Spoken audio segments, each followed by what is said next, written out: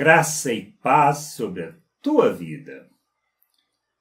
Nós, como cidadãos do reino, como filhos de Deus, como membros do corpo de Cristo, nós entendemos as boas novas, entendemos o propósito da nossa vida e compreendemos o que temos que fazer. Isso é importante nós entendermos. Temos que testemunhar do reino.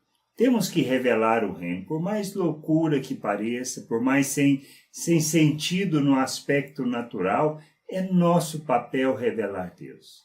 Revelar seu amor, sua graça.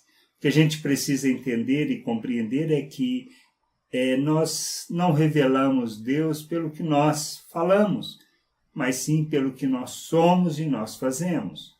Nós precisamos entender a obra de Deus. Isso é fundamental, entender o seu operar em nossas vidas, entender a sua maneira de agir, principalmente compreender sua graça, compreender que somos salvos não por mérito ou por esforço, mas decorrente exclusivamente dessa graça maravilhosa, do seu amor, da sua misericórdia revelada e manifesta.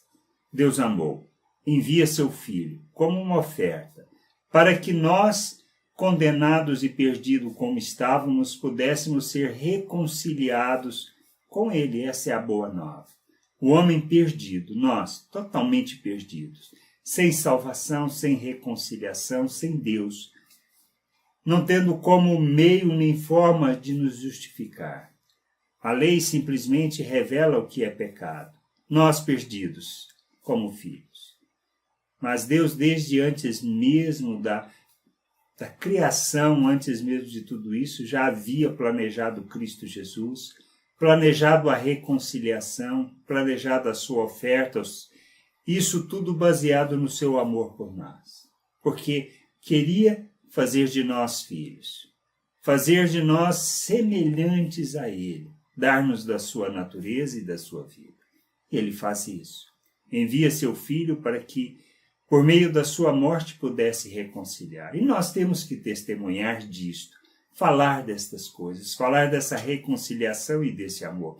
E não podemos nos envergonhar do Evangelho, pois esse é o nosso papel, revelar o reino de Deus, as boas novas de Deus, com relação à nossa vida, a maneira de viver, a maneira do que é o reino de Deus e o que Ele quer para nós.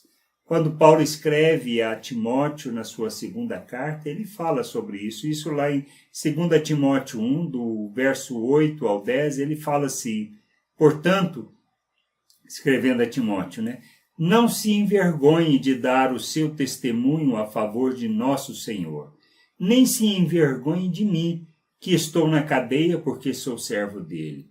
Pelo contrário, com a força que vem de Deus, esteja pronto para sofrer comigo por amor ao Evangelho. Deus nos salvou e nos chamou para sermos o seu povo. Não foi por causa do que temos feito, mas porque este era o seu plano e por causa da sua graça.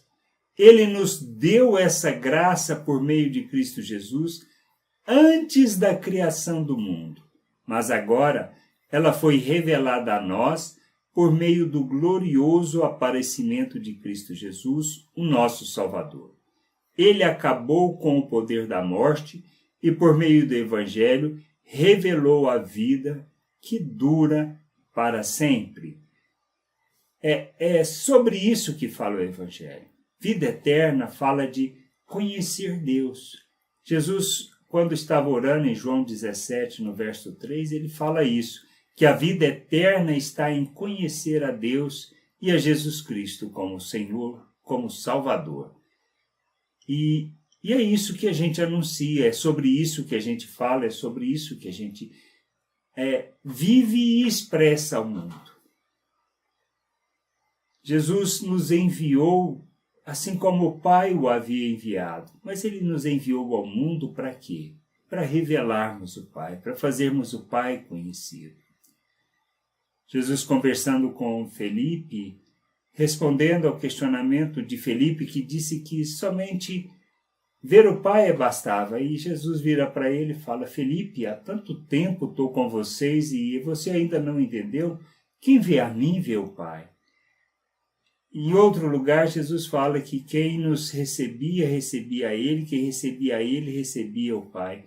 É isso que a gente precisa entender, é disso que é o Evangelho, é dessa loucura, dessa coisa sem sentido no pensamento natural, que fala de graça e não de punição, de acusação, mas de olhar o outro e saber que não tem condições dele fazer por ele mesmo e que nós somos o instrumento para que ele possa conhecer e compreender Deus, entender Deus.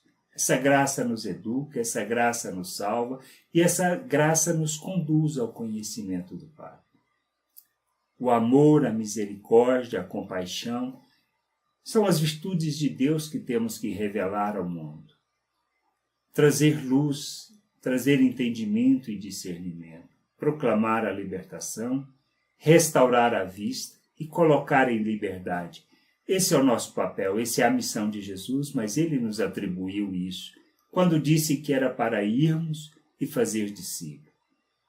Temos que proclamar a libertação.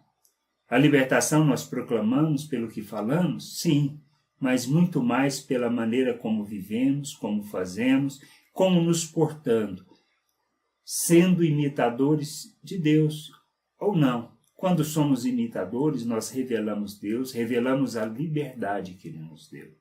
Por isso, ao fazermos isso, na realidade, a gente, sendo luz, ilumina, restaura a vista e conduz as pessoas à maturidade, ao entendimento da liberdade. Nós fomos chamados para isso. Por isso, não podemos envergonhar desse Evangelho, não podemos envergonhar de Jesus Cristo, não podemos nos envergonhar de viver o reino de Deus e revelar o reino de Deus neste mundo, que é totalmente contrário à forma de vivermos. O homem fala de egoísmo, Deus fala de repartir. Nós, homens, falamos no aspecto natural de ódio, de raiva, de ira. Deus fala de amor, de perdão, de reconciliação. E é isso que nós somos, como os filhos, nós temos esse papel e essa incumbência. Que possamos entender estas coisas, que possamos, como Cristo, fazer da nossa vida uma oferta em favor das pessoas para que possam conhecer o Pai e experimentar a liberdade, conhecer as boas novas e entender o propósito e a vontade do Pai. Graça e paz sobre a tua vida. Amém.